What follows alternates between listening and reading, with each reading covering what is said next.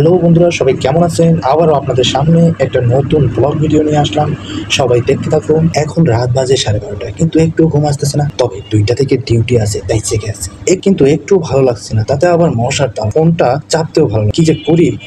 আচ্ছা, একটা চা খেলে কেমন হয় বলুন তো? চলুন এবং আমার ছোট্ট ভিডিওটি দেখতে থাকুন। আগে হিটারে পানি দিয়ে 2টি টি ব্যাগ ভিতরে দিয়ে পানিটা হিট করে নেব। টি ব্যাগ দুটো ছিঁড়বে না, কিন্তু পানিটার পুরো কালার চলে আসবে। এর ভেতর 2টা তেজপাতা, দালচিনি ও 2টি এলাচ দিব। এর ঘ্রাণ এবং স্বাদটাও বেড়ে যাবে। আচ্ছা, হিটারের ভিতর সবকিছু দেওয়া শেষ। এখন হিটারটা অন করে দিলাম। এখানে হাতের কাছে সবকিছু নিয়ে নিয়েছি। তার মধ্যে গুড়ের চা খাবো বলে গুড় নিয়েছি। লেবুটাও কেটে নিলাম। চায়ের কাপ দুটো রেডি করেছি। ওইদিকে পানিটা হিট হতে থাক, এগুলো কাপের ভিতর দিয়ে দিই। একে একে আদা, লেবু ও গুড় দিয়ে দিলাম।